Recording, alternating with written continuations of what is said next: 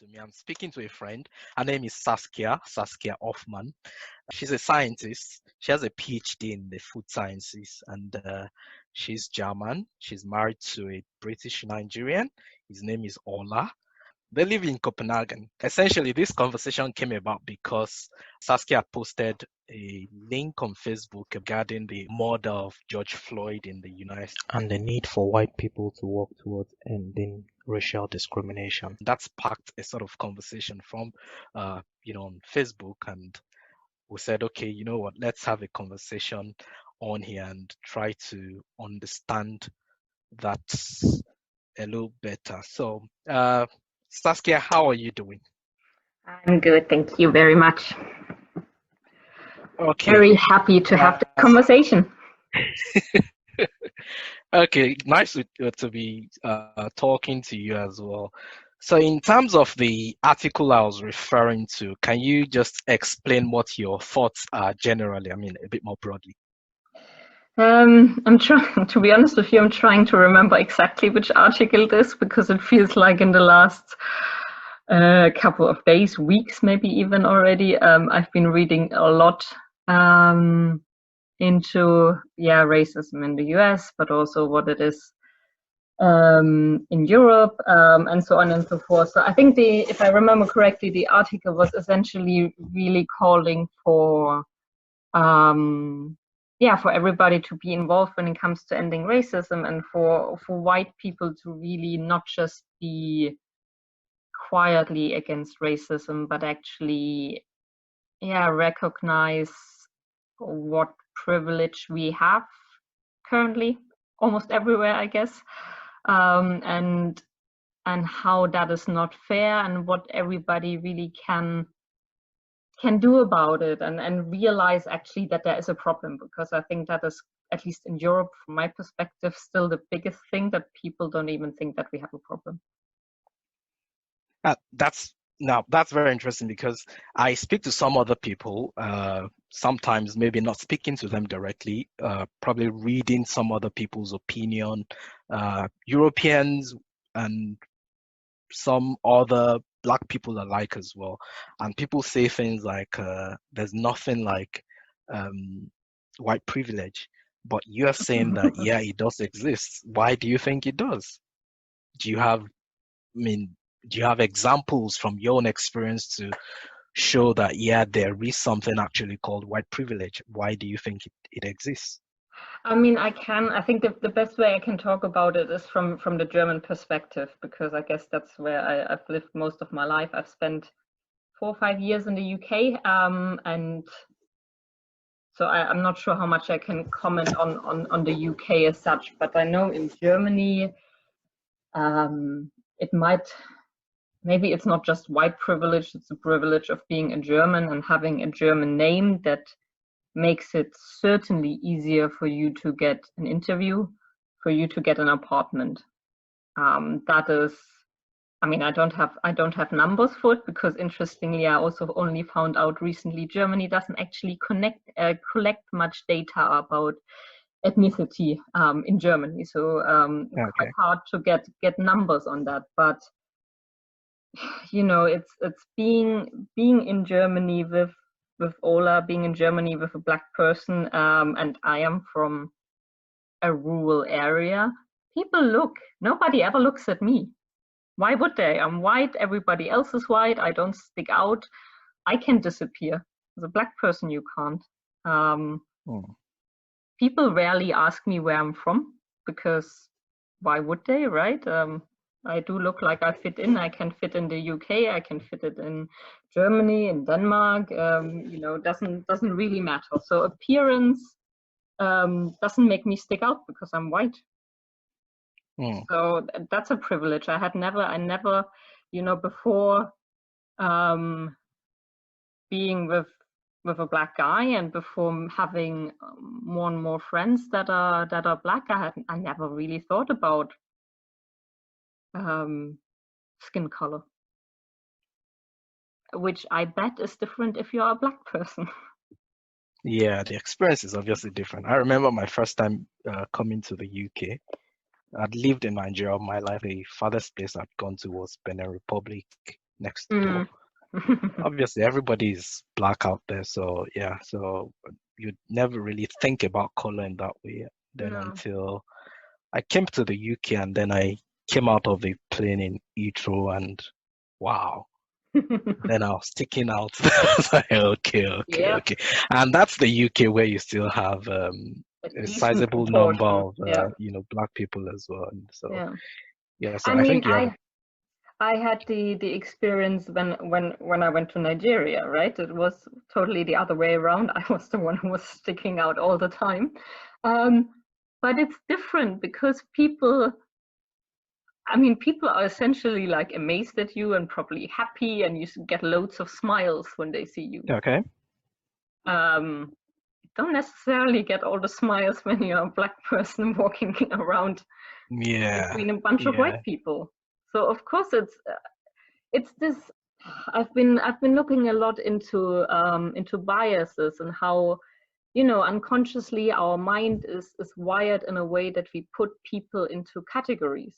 That's just how our brain works, and so we of course use how people look to identify if they are similar to us or not. And of course, skin color plays a big role in that. And I don't think that's necessarily a problem. I think what is a problem is that over time, with all the history we have, with slavery and so on and so forth, somehow we end up in a situation that if you think of white, you think of positive attributes, and if you think of black, you think of negative attributes, Negative generally attributes. speaking. Oh. And that's a problem. And then, of course, I have an advantage because I'm white, so of course I must be a nice person, which, bullshit as well. But Shouldn't be. no, Yeah, because I mean the idea should be that people should be judged by the content of their character, not by how they look, just yeah, by if we ever get there, I don't know. But it's but again, in terms of your own experience, now mm, you're actually married to a Nigerian mhm, guy. You're living in Copenhagen, which I know is a majority white city, yeah, obviously. definitely. So what's been your experience with him, Um, since being married to a black person in that way, associated with a black person? um, here, I mean, I have to say, here in Copenhagen, it's a major city. You don't feel much. I think what I felt when we've been going to Germany, so to my parents, which is a rural area, people are amazed. Uh, People look at you quite skeptically, maybe scared, maybe like, what the hell are they doing? And the thing of getting looks is something I only get because I'm with him, because I'm with a black guy. I didn't Mm. get looks before. I mean, not that it bothers me, but it's something, it makes you realize. And I think that's why I'm also feeling for a lot of white people who are kind of waking up and going like, what do you mean I'm privileged? I'm just like, yeah, you probably never went around with a black person and have seen what it's like to be looked at and stared at. I mean, we had incidences where he is, or most of the time, he is the only black person around by far. And that's something that took some getting used to, coming from the UK, where you are. I mean, of course, there are not everywhere a lot of black people, but in But Nottingham, there's where we live, still right, a there's a good sizable amount. number Exactly. And then going to rural Germany was like, wow, okay. what is this guy doing here? Exactly. And you put on top of that in that region now, over the last, what is it, 5 years now, we also had quite a number of refugees coming in. So the society is changing, and people are very skeptical, afraid. Um, people are not yeah, that used to seeing people that are different. At least in my region, that From is them. still quite recent. Difficult to believe, but that's what it is.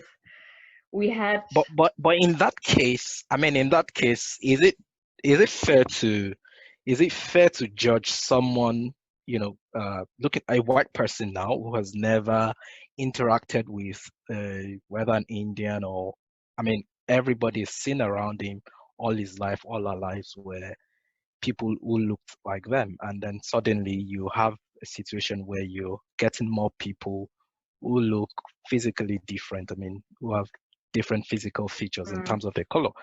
Uh, I think isn't that normal that such people will be, a bit that will be the reaction to them. I mean, is it okay to judge them as, I mean, racist, quote and unquote now? Is it okay to judge them? Shouldn't one cut them some slack like, okay, yeah, I understand you've never experienced this before. This is a new experience for you. I mean, it will be similar to Things Fall Apart. Yeah, it's probably one of the Okay. biggest books out of Nigeria. I described pre-colonial Africa, Mm. uh, and then you had a situation where people were seeing white people for the very first time in their lives. Their grandparents had never seen a white person. And then suddenly, I mean, it was strange to them, and they were, probably these guys must be some demons or some gods or something. Now, if you spin it around as well, isn't that the same reaction that these guys are having? Maybe to an extent, because I mean, come on, we're in the 21st century. There is internet, there's everything. So it's not like they've never. I mean, it's not that they don't know that black people, people of color exist. Exist. So of course they know that. I think it is more about it's I think it's more about then skepticism. Like, I mean, of course you can look at people, but it's also the way they look, the way they stare at you persistently, where you're like, come on, I mean, yes, I might cut you some slack, and okay, you are not used to people, but there's also a proportion of people who never had any of these thoughts, or maybe had these thoughts but not reacted on them. Like, I mean, my family is not used to having a black guy around either. I never had any challenges with my, with friends. Yeah, that's another question I would actually like to know. What was the reaction of your parents, your family like to when you introduced Ola to them and say, "Oh, I'm marrying this Nigerian." Ola is British Nigerian, right? Or is it Nigerian Yes. British? Is there a difference? Okay. British Yeah, Nigerian. don't ask me that Obviously, it's black question. anyway. I What think was for their me, reaction like to that? um, curiosity, I guess, is maybe the best way to put it. Because I mean, my parents, my family, they are amazing. They're very open-minded, and despite having lived more or less in the same place all their life, they don't judge people based on looks or stuff like that. So it's more about getting to know him, and they got to know him, and it was never an issue. I mean, of course, you then have more the jokes about what is different between black people and white people, and things like that, but in a jokey way, in a way of, okay, we're kind of exploring, we're learning from each other, and we're getting to know each other, but it was never like, oh yeah, no, you can't be with a black guy. No, never. Oh, that's quite interesting, really, because sometimes I mean, I'm married to a Nigerian, and sometimes I think about it. If I were to, be married to somebody of a different, okay, I Right. wouldn't say a race, it's just one race, yeah, Yeah. of a different color, a different culture, what would the reception have been? Yeah, I don't know. Maybe, maybe in another life Well, I'll find that really, but and I and really if don't know. we're talking about Nigeria, it might already be a problem if you're marrying somebody who is not Yoruba, or who is not, the right group of Yeah, that's Nigerians. another thing because It's personally for me, crazy. when the question of racism comes up and is being discussed, because I'm from Nigeria, I mean, and my experience is obviously there's no single black experience anyway. No. Different black people have experienced life in different ways. The American experience is obviously different from the Yes. Nigerian experience. Unfortunately, many times in the mainstream media, it appears that the American experience of blackness is being put forward as sort of the ideal or the be all and of Mm, blackness, but that's not totally correct. Anyway, back to my point that as a Nigerian, for me, sometimes I tend to see it more from the angle of, okay, maybe it's just the same thing as the ethnicity and tribalism that I see mm, within our culture as well. Now, we are all blacks. I mean, Nigeria is 99.99% a black country, and you still find so much discrimination, so yes. much stereotyping of other cultures, other Mm, people. And then I begin to ask myself, when these same people, the same person who's being tribalistic, is then complaining of racism, like, can't you see the connection? I mean, it's yeah. all the same thing. So sometimes I think maybe it's just it's just something ingrained in the human DNA for us to be discriminatory towards one another. Like, if we were all white, maybe we'll still find a way to Oh, I'm say sure. that, oh yeah, you have your nose looks like this, mine looks like this, therefore people who have this type of nose, Mm, blah blah blah. Anyway, but in terms of back to the question of reception of Ola, yeah. when you introduced him to, what was it like, you meeting his own parents, family as well? Um, that was more, at least on my part, a bit more intimidating because I was very aware that it is not just British, also Nigerian. I mean, right, his parents came Crossing to the UK continents and exactly. So it's not like they have lived in the UK for generations and came at some point from Nigeria. They are the first who came.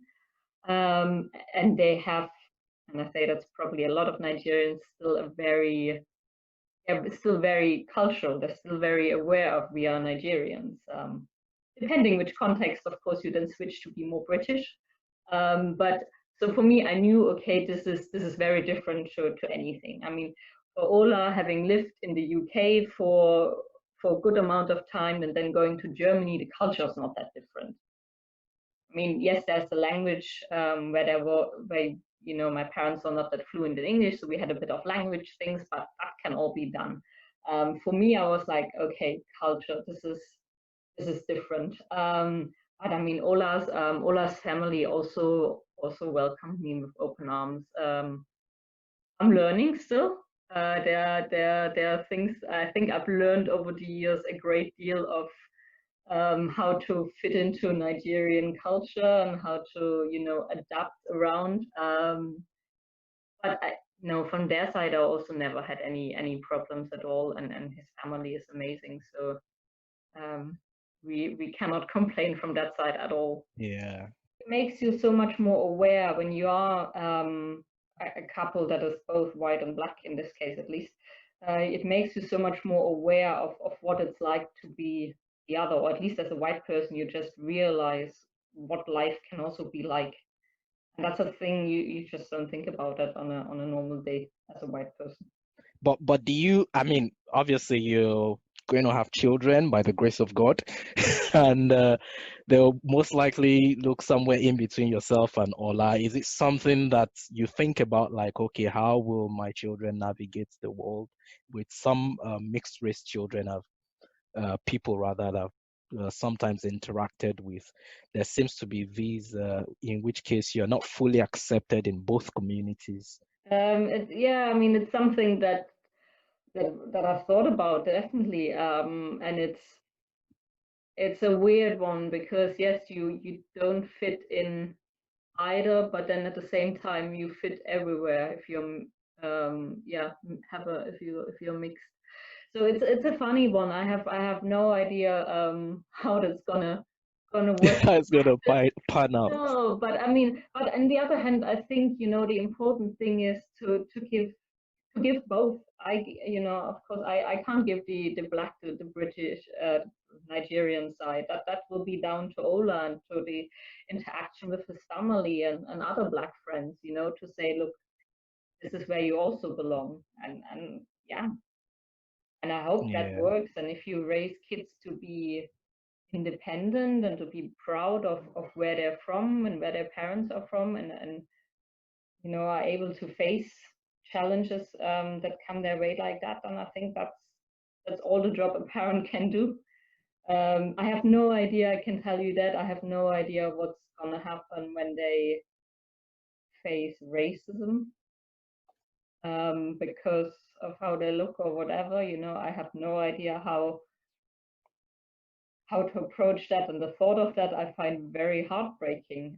But I think it is something that we will most likely will have to deal with in one shape or form. So that I find quite difficult to think of, Yeah. rather than the fitting in. I think the fitting in with interaction and going to Nigeria and being around people that are both white and black. I think that is okay, at least for Yeah, me. I think for people like that, I think one of the things it does is it gives a kind of broader perspective, to life.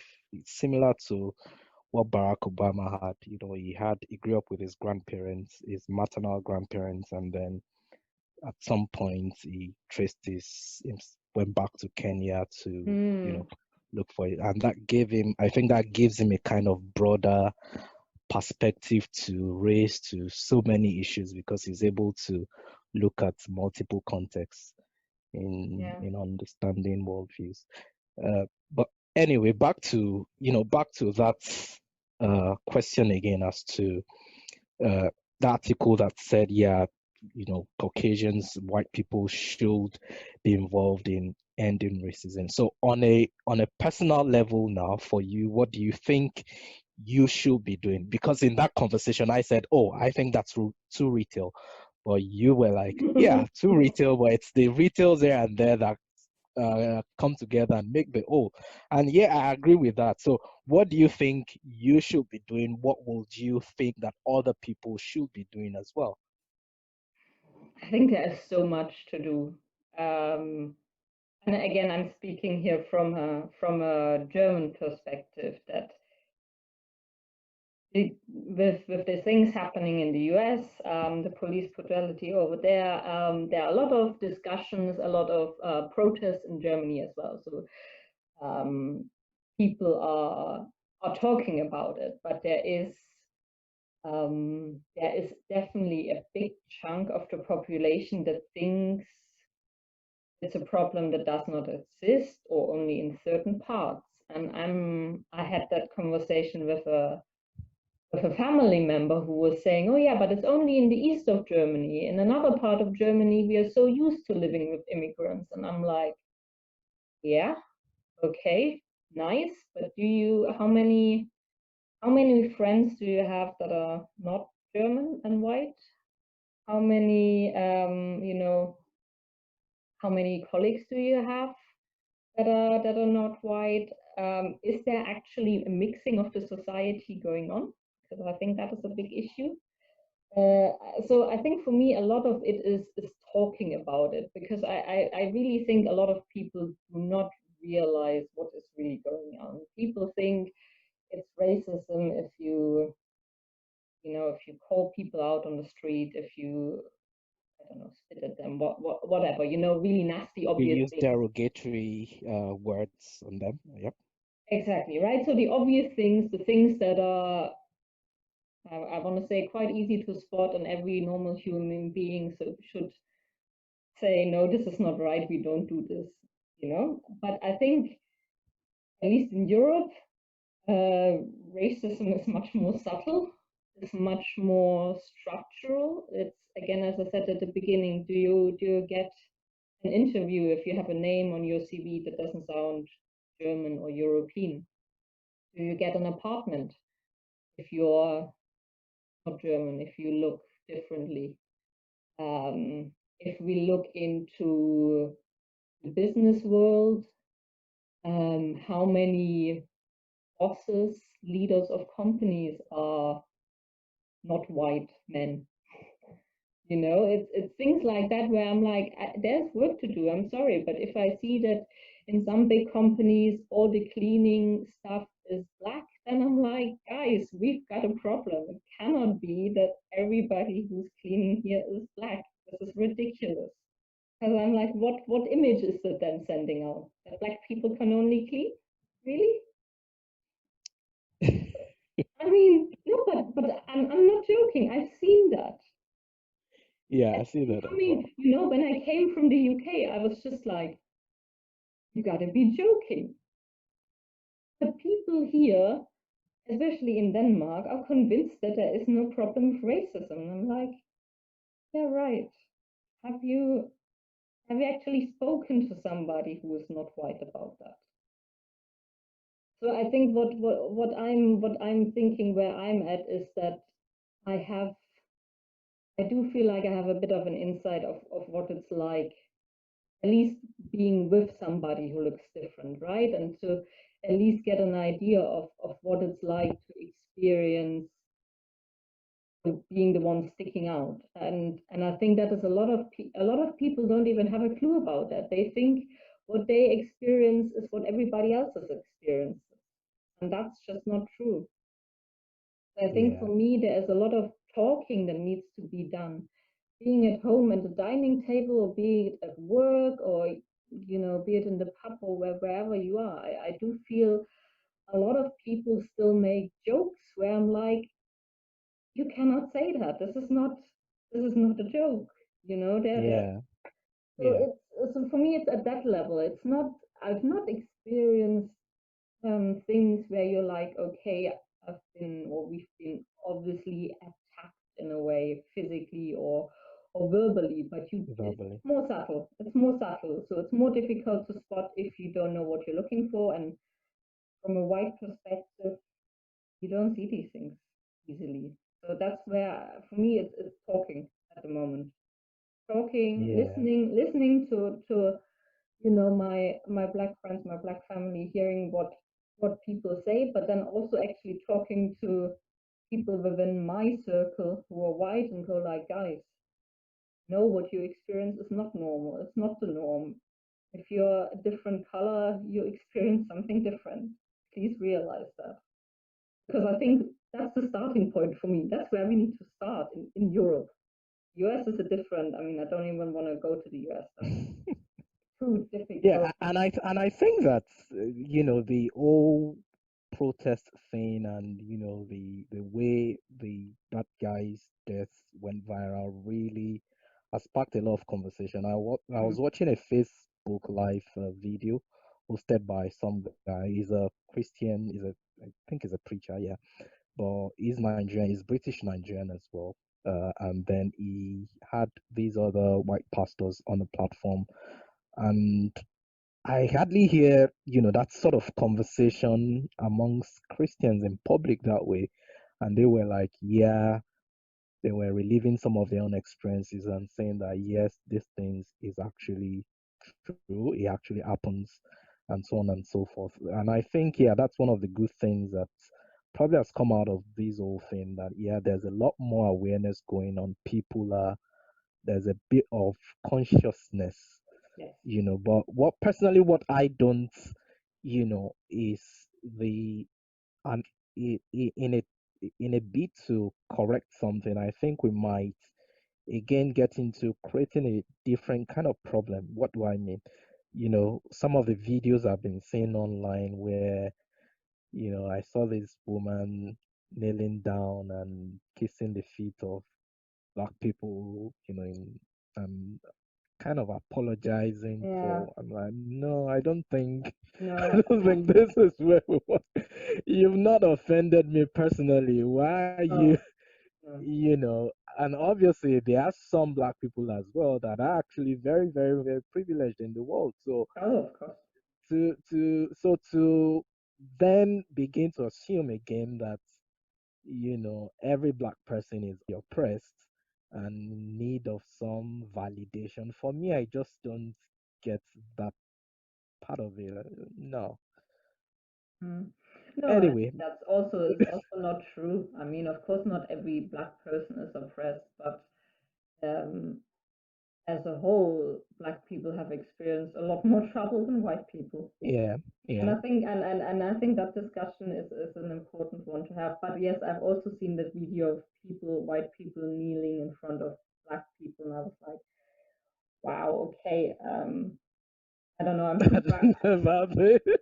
I was just like, okay, that's yeah. Wow. I didn't know what to Not sure think. about these. No, no, exactly. I'm like, okay, it would be much more useful if these guys then actually, if they're business owners, look into employing somebody who's black or actually do something.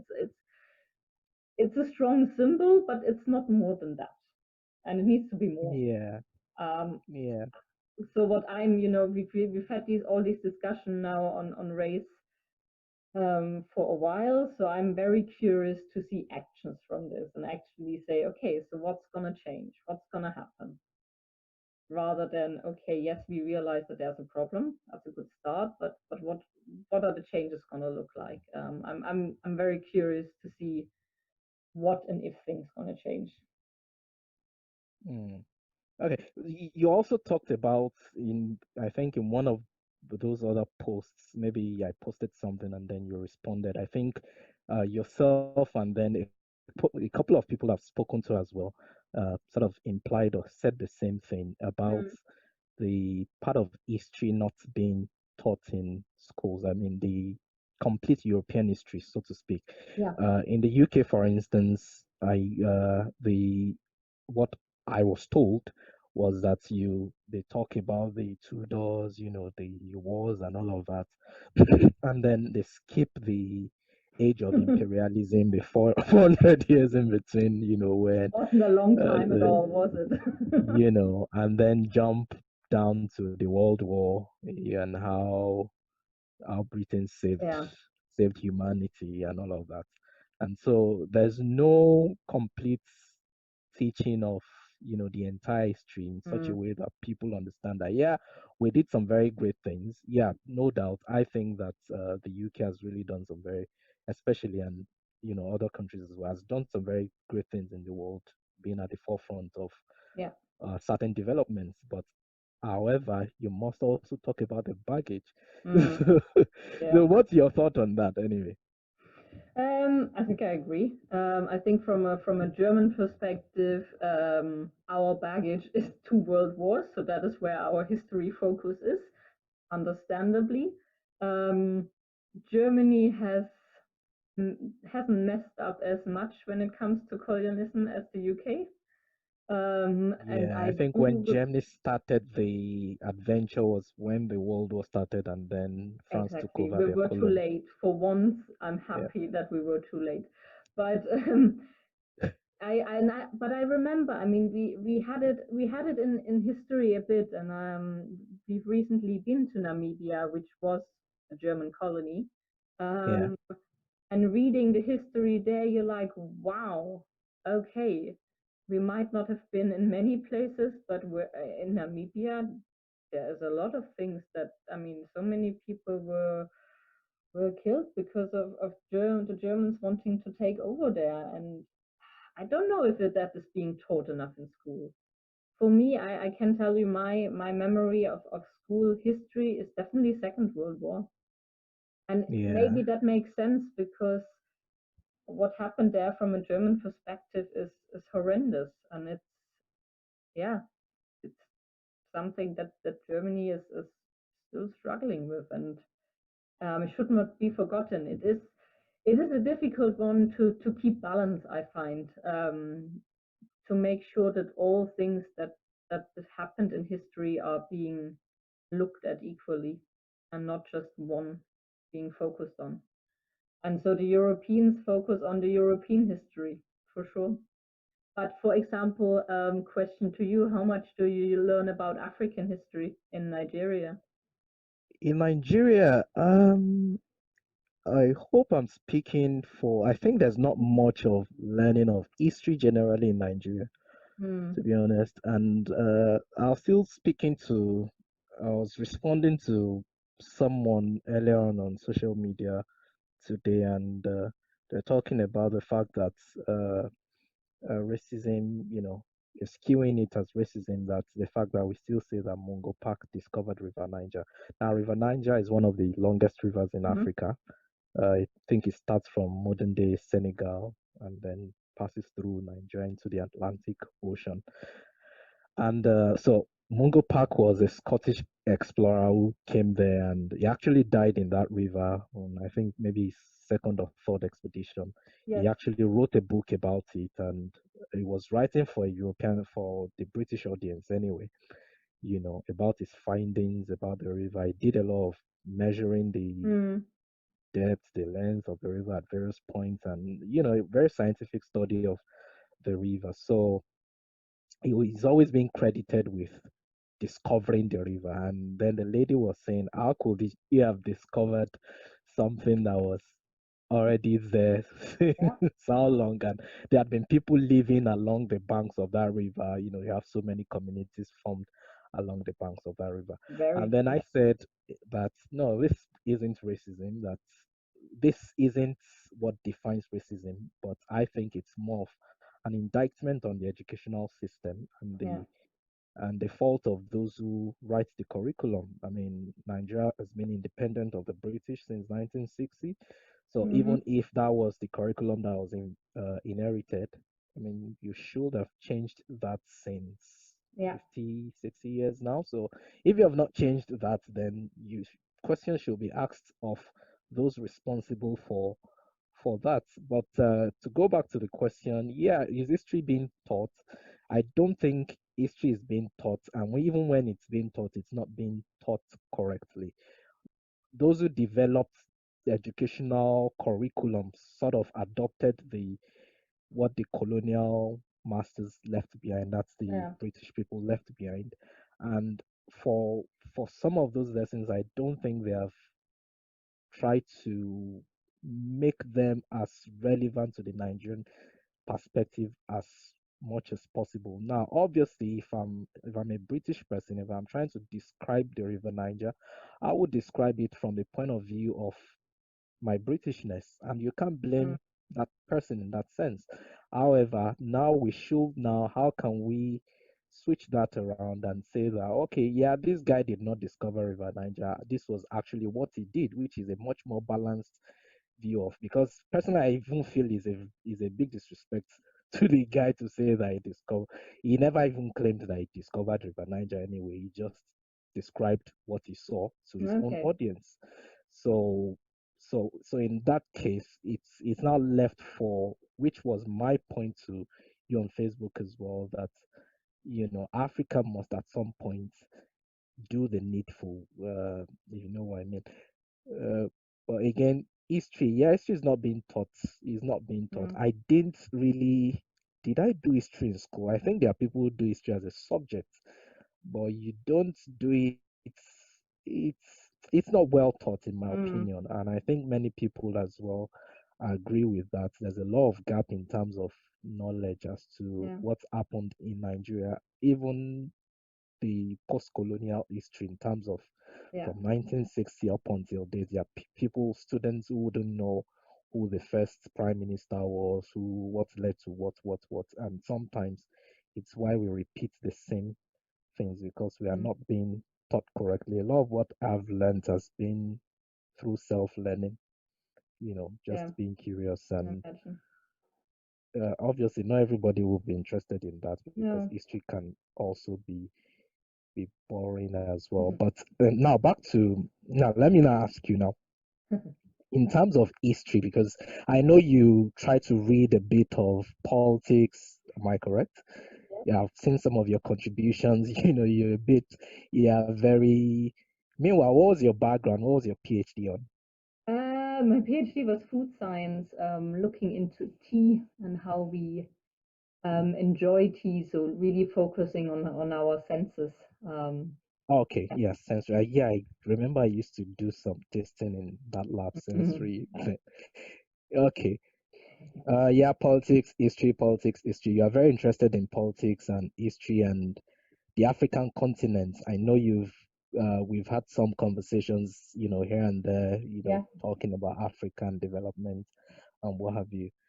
Uh, and from my own reading of history can be very brutal because it exposes a lot of the reading history or studying history from if you take away if one tries to be objective and look at things critically as against being a biased observer. So, for instance, if I'm Nigerian, I'll say that, oh yeah, these people they did very wrong, Yeah. obviously. And if I'm this one, I'll try to rationalize whatever I think I did wrong. Uh, but history can actually be very brutal because he exposes a lot of sometimes old ones that people would rather want to forget.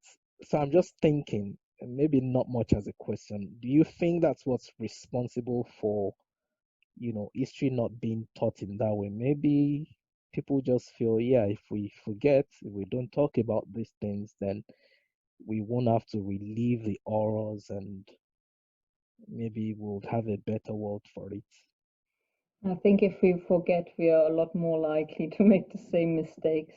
Um, I think it's I think it's really important to know how things happened and what I mean. For me, history is also a way of understanding why we are in a situation now that we are. I mean, if you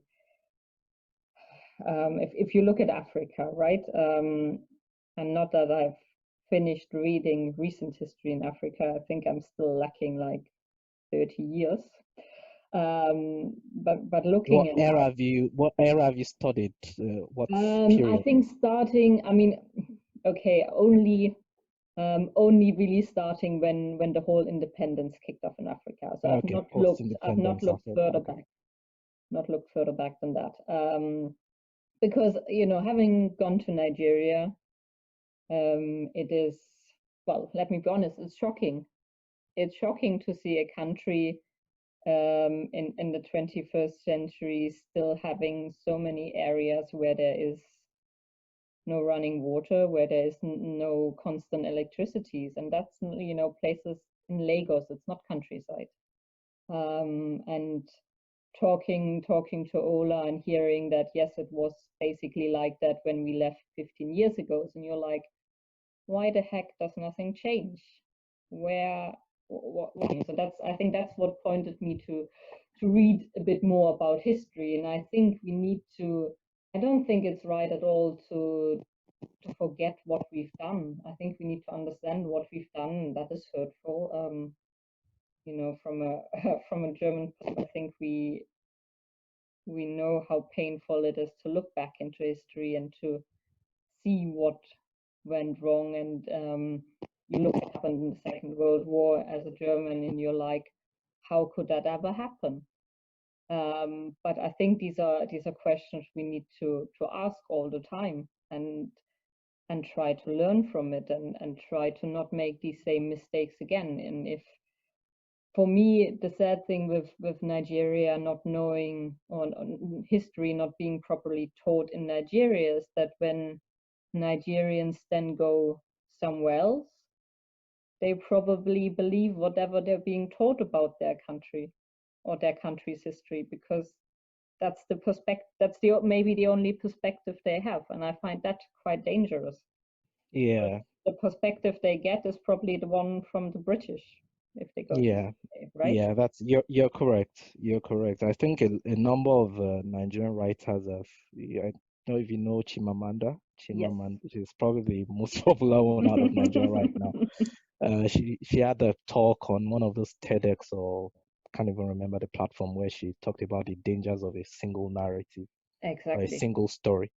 So, for instance, on most European TV, British TV, all you see about Africa is usually war, poverty, and what have you. Yeah.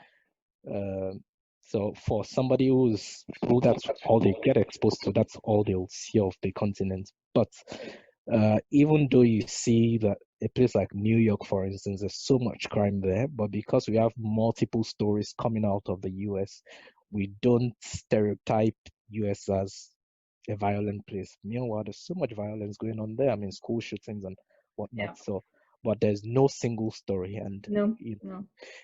someone else also talked about, as long as the story of the aunt is being told by the hunter, it will always Mm, glorify. So I think that's what some of those early post-independence writers try to do, try to bring a much more African nuance or African voices to give them expression so that you'll hear a different perspective.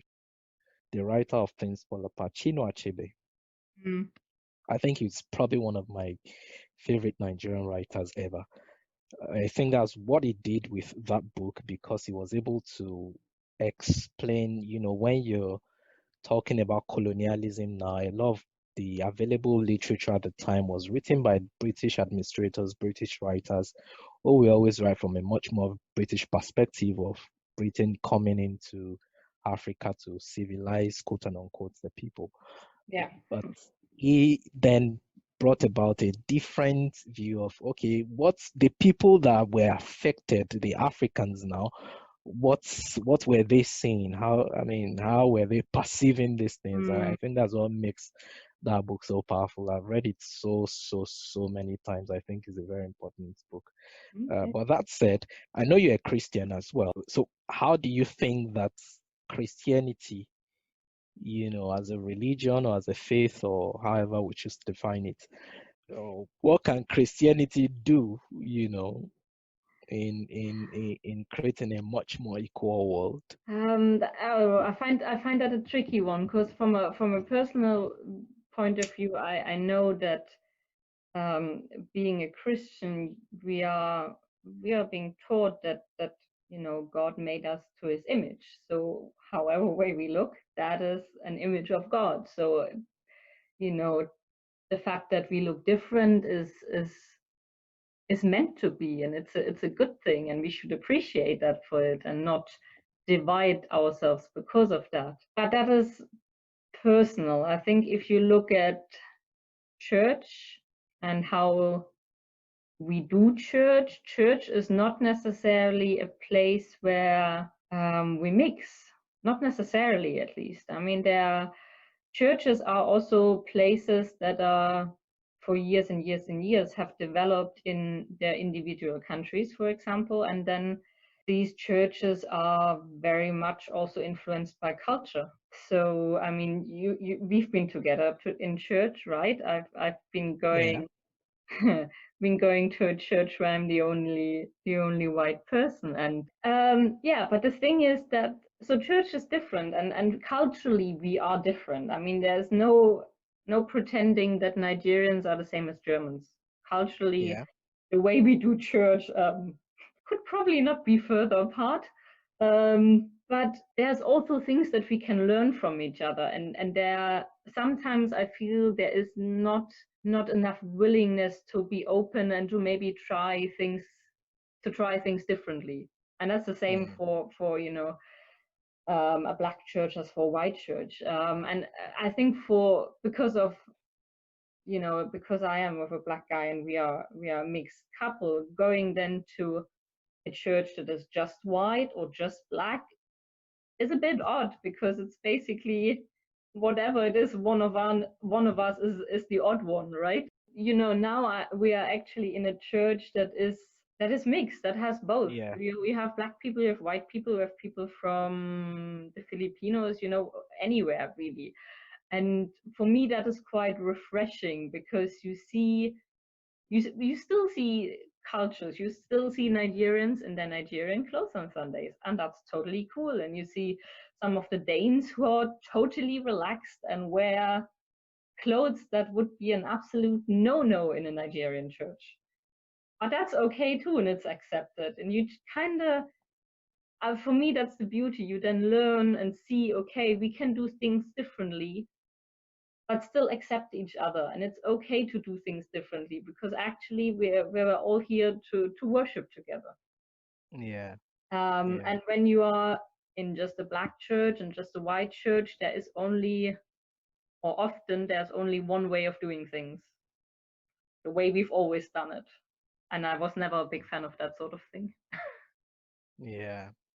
Yeah, I think I totally agree with you. I think that there should be a lot more willingness on both sides, people to kind of move in both directions. If you leave your position, if I leave my position, maybe we can meet somewhere at the middle. Yeah, And I think that should be the whole essence, yeah. really. But I Uh, mean, on the other hand, I also know that church is a place where you feel home. So it's also a place where you want to see something that you're familiar with. So I can also understand why people stick to the church routines that they're used to, because it's a sense of belonging as well that you feel when you get that. So it's a as usual with these things, it's always difficult to find a middle way that works. Yeah, well, in some places, in the church that we attend currently, it's really more of a mixed church, really. You had a lot of Nigerians, Ghanaians, Zimbabweans, obviously British people, white British people now, um, and different cultures, Mm, Indians, and so on and so forth there. So the Facebook Live video I was referring to, one of the things that the guy mentioned was the fact that even though you have those mixed churches, most times you'll always find that they are usually headed by the leadership is usually Caucasian, mm, and that it's almost impossible to find the other way around, mm, where you have a white um, congregation that's been led by, say, a black preacher, and mm, his position was that if you're going to talk about racism, then you must, those are subtle forms that well plays out in the church, and the church must be ready and open to dealing with it, yes. And in fact, I didn't realize at the time he said that was responsible for a lot of African churches springing up in the UK, because you had many people who were gifted, who were called, but somehow weren't allowed to be in the leadership of those the established churches at the time. And yeah, they Mm, were welcome to fellowship, but you can't just be in the leadership. So well, that was yeah, what somebody said. I mean, I yeah, don't know about yeah. it. I've not studied that, so I don't know, but No, that but was I what guess somebody. in general, British, I'm assuming the same as German churches, are a lot more strict on who and how you get into a leadership position. Whereas my feeling is in African churches, it's maybe a bit more fluid, how people be involved. It's I think there's maybe a more bureaucracy involved if you want to get into a leadership team in a British and a white church. That's at least in Germany. It is a lot more. Mm, there are a lot more churches like the Church of England. So a lot more churches that are state supported in a way, Think and not that many. where you have a lot of orthodoxy in terms of, but Like, should but if we're saying and I mean from a Christian point of view now, if mm, one is saying that yeah, there should be representation on the boards of, mhm, say, businesses. Then, if the church, which says that here we are more or less like the seat of morality, so to speak, in the society, we're kind of a moral voice in society, so to speak. If they are not showing that example, then why should we expect that businesses should do otherwise? I mean, yeah, you got a point. The churches certainly have work to do on that as well. I'm not sure I agree with the church being seen as a moral point in Western societies. Well, in Western societies, maybe not anymore, but Exactly. I mean, the what's his name? The Archbishop, is it Justin How Welby come? here in the UK here still? I think sometimes when he speaks, he's still kind of people still sort of respect his voice as the voice of God, kind Yeah, of speaking. Yeah, yeah, I get what you mean. Obviously, in the West, is not really as but that still doesn't remove the place of the church, as a body of Christ. And I think that that's a Christian point of view anyway, whether the society accepts the yeah. Christian point of view. Anyway, it's been nice talking to you, Saskia. Is there any other thing you'd want to say before we call it a day? I think reflecting back on what we spoke about in the beginning, On Yeah. the white privilege thing, I think, I think that there is definitely, at least for me personally, work that we need to do, work in terms of talking, and that needs to come from me as a white person who kind of has at least some sort of an idea of what it's like to be Black. But I think it actually also needs to come from Black people, because what I realize is that, and I can understand that, but it is hard for Black people also to talk about some of the experiences that they've had in terms of racism, in terms of, things not being the way they should be. So I think maybe also a thing that needs to be done on your side, not necessarily on your side personally, but you know what? Obviously, the Black community. Yeah, I Exactly. think people have been talking about some of those things. For me, I think that sometimes what you find is that the fact of the idea of being believed. So, for instance, if Yes, I true. say that, yeah, I didn't get this job because the general response tends to be, oh, spare me, probably you didn't do well, that's why you I didn't get the know. job. Yeah, So I once, know. and if it's been going on for a while, generally the response will just be, you know what, let me just keep it in there and just not talk about it. Mm, But yeah, you're right. People shouldn't be afraid of to talk about racism when they confront mm. one, And you the know. thing is, even if as a white person you probably don't believe it at first, if you have heard the same story from different people several times and over again, maybe at some point people are going to be like, okay, this is weird. Somebody else has told me something like this before. Mm. So I mean, that is my hope. I know that people are going to go like, oh yeah, no, but you're just playing the race card and all that things, I'm totally aware of that. But I don't know how else we can do something, that's the thing. And I'm at the point that I'm like, we got to do something. You said on the Facebook post that we need a strong Africa. And I'm like, yeah, totally. But that is just not But going to happen before overnight. What before are that's we going going to to do till then? Because it's not hold going to on. happen tomorrow or the day after. We Yeah, just, but on the long term, personally, I feel that because if you look at the psychology of race, it boils down to power. I mean, if you go back to the 1300s, 1200s, there probably wasn't racism as we had it now. Racism was something that was invented more from the 15th century thereabout, mm, one as a way to justify the slave trade, and then and it's gone on ever since. And even after the slave trade was abolished, unfortunately, you can't suddenly abolish 400 years of programming. Or yeah, oh no. it lasted about 400 years. You Yeah. can't abolish 400 years of programming since just because you made a decree. People are still going on the same mindsets that have been passed on for 5 generations, 6 generations will still Mm, exist, and it will take a long time to. And the point I was coming from was, it's going to be hard to.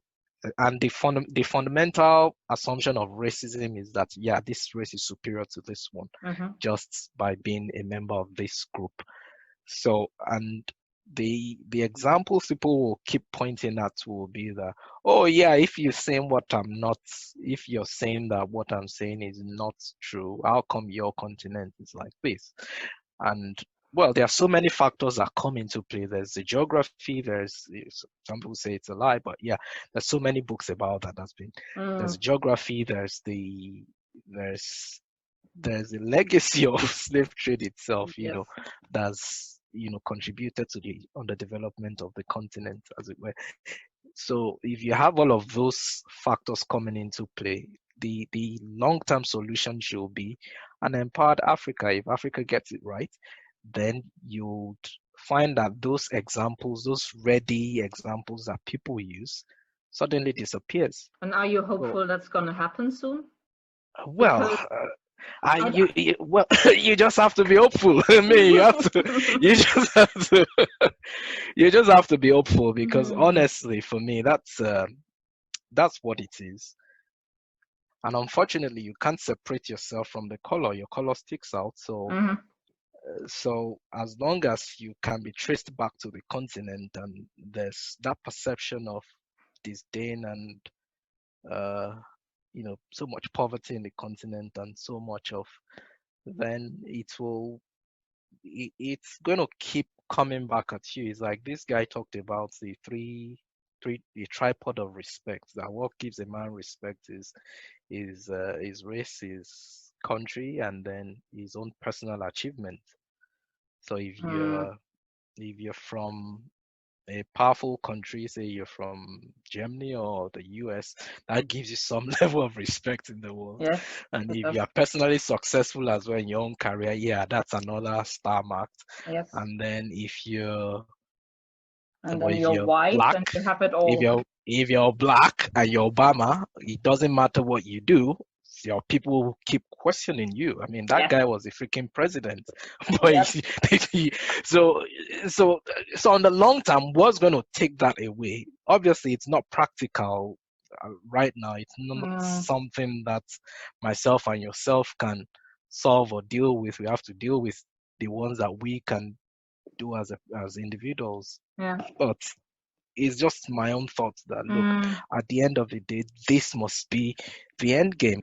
But the thing is just, I think for me, it's such a long road. In 1960, Nigeria was probably richer than South Korea. Yeah. Here we are.